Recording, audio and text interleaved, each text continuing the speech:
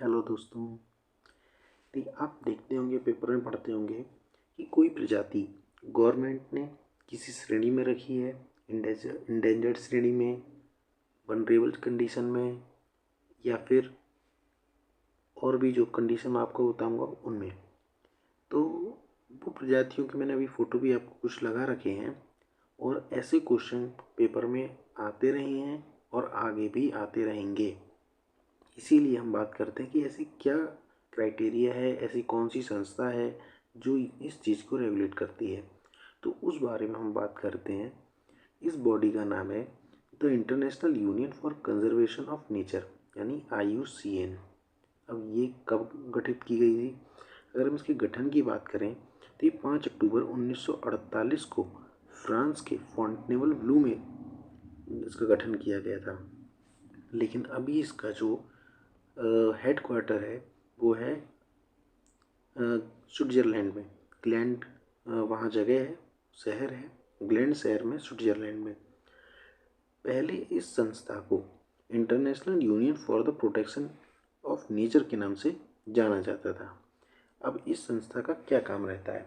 इस संस्था का जो काम रहता है कि जो भी डेटा है उसको इकट्ठा करना, उसको एनालाइज करना, उस पर काम करना कि कौन सी प्रजाति किस टाइम दिखी थी, लास्ट टाइम कितने साल में दिखी थी, उस प्रजाति में की संख्या में बढ़ोतरी हो रही है, कमी हो रही है। कमी हो रही है तो हम उसको उस कैटेगरी के अकॉर्डिंग दिखाते जाएंगे। ठीक, इसके बाद हम बात करते हैं, इसमें मैंने ये दिखा रखा है, देखिए वर्क क्या है कि international organisation working in the field of nature conservation and sustainable use of nature resources. जो रिसोर्सेज हैं हमारे दिए हुए नेचर के, उनका एक सतत रूप में काम करते रहना, उसके लिए भी इस ऑर्गेनाइजेशन का गठन किया गया है। अब हम बात करते हैं वो कौन सी ऐसी कैटेगरी हैं जिसमें इन जानवर के साथ साथ प्रजाति पौधों की भी हो सकती हैं। अब हम बात करते हैं, वो मैंने एक चार्ट बना रखा है आपके लिए, ये देखिए, ये है इसका चार्ट। इस चार्ट में आप कलर देख रहे होंगे कि किस कलर में और किस कलर से लिखा है, ये भी आपको देखना है, ये भी ध्यान रखना है आपको। सबसे पहले अगर हम बात करें, इधर से आते हैं, स्टार्टिंग में एक्सटिंक्ट लिखा है, एक्सटिंक्ट EX से हम डिनोट करेंगे उसको। इसमें वो प्रजाति आती हैं जो प्रायः विलुप्त हो चुकी होती हैं। ठीक है, यानी कि अब विलुप्त की बात कैसे हम डिसाइड करेंगे कैसे विलुप्त हो चुकी हैं, पहले हम इस चार्ट को समझ लेते हैं, फिर उसकी बात करेंगे। उसके बाद आती हैं एक्सटिंक्ट इन द वाइल्ड, फिर आती हैं क्रिटिकली इंडेंजर्ड, फिर इंडेंजर्ड, फिर वनरेबल, फिर नियर थ्रेटेंड, और फिर लीस्ट कंसर्न। अब हम बात करते हैं एक्सटिंक्ट की।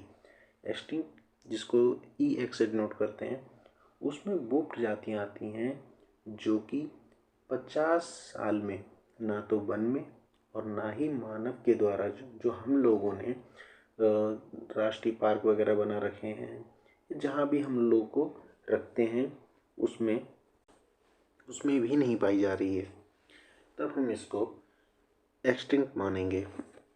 उससे पहले आती है एक्सटिंक्ट इन वाइल्ड, यानी कि जो प्रजाति का वन क्षेत्र है जहाँ उनको मूल रूप से रखा गया है या मूल रूप से वहीं पाई जाती हैं, वहाँ तो अब नहीं मिल रही हैं। लेकिन जैसे हमने कुछ प्रजातियों को अपने राष्ट्रीय पार्क में या कहीं रख लिया है, तो उसको एक्सटिंक्ट इन द वाइल्ड। एक छोटा सा इसका एग्जाम्पल मैं आपको देना चाहूँगा। अभी आपने देखा होगा कि कुछ टाइम पहले न्यूज़ में आया था कि कुछ चीते बाहर से मंगाए गए हैं, क्यों? तो इसीलिए हम उनको अपने भारत में जगह दे रहे हैं ताकि उनकी प्रजातियों को डेवलप कर सकें। उससे पहले कैटेगरी आती है क्रिटिकली इंडेंजर्ड। क्रिटिकली इंडेंजर्ड प्रजातियाँ वो होती हैं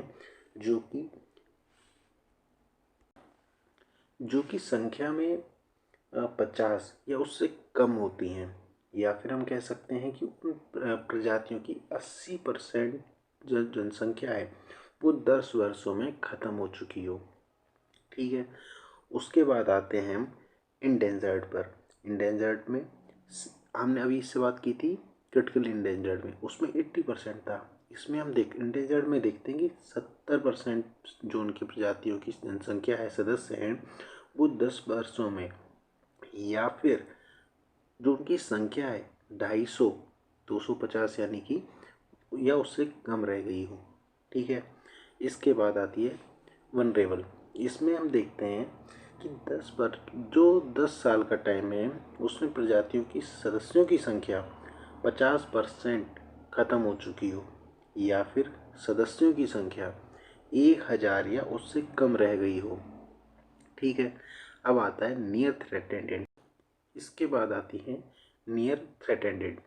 इसमें वो सदस्य प्रजाति आती हैं जिनकी सदस्यों की संख्या धीरे धीरे कम हो रही है। ठीक है। फिर आता है लीस्ट कंसर्न। लीस्ट कंसर्न में उन प्रजातियों को रखा जाता है जो कि हमारे पास पर्याप्त संख्या में हैं। ठीक। ये हो गया हमारा पूरा चार्ट जिसके हिसाब से हम उनको दिखाते हैं। अच्छा, अगर बात करें कि कैसे पता लगेगा कि कौन सी प्रजाति हैं, तो मैंने आपके लिए उसके लिए एक चार्ट बना रखा है, मैं आपको दिखाता हूँ अभी। देखिए, अगर हम इस प्रजाति की बात करें, ये क्या है, इसका नाम मैंने नीचे लिख रखा है। ये है हमारा रेड पांडा। ठीक। ये रेड पांडा है जो कि कहाँ पाया जाता है, ईस्टर्न हिमालय में, साउथ वेस्टर्न चाइना में भी पाया जाता है। अगर हम इसका स्टेटस देखें तो ये इंडेंजर्ड में है। ठीक। ENRI इंडेंजर्ड में। उसके बाद अगर हम बात करें, ये है हमारा स्नो लेपर्ड। ये स्नो लेपर्ड है और ये कहाँ पाया जाता है, सेंट्रल साउथ एशिया में पाया जाता है ये। ठीक है। ये वनरेबल कंडीशन में है।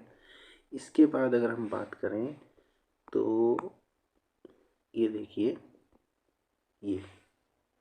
ये जो है,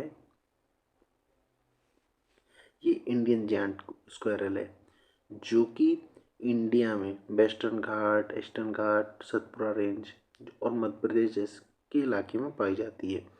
ये लीस्ट कंसर्न में है। लीस्ट कंसर्न यानी कि इसकी जनसंख्या की प्रजाति जो है, प्रजाति की जनसंख्या जो है पर्याप्त मात्रा में उपलब्ध है।